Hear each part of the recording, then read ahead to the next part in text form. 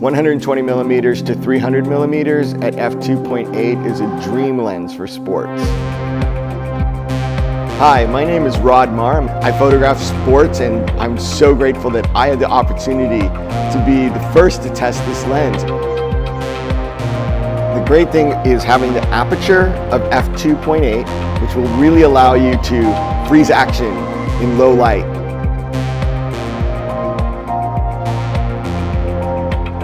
In volleyball, you would have a 70 to 200 on one end, the 300mm maybe on the far end, but now I can just carry this.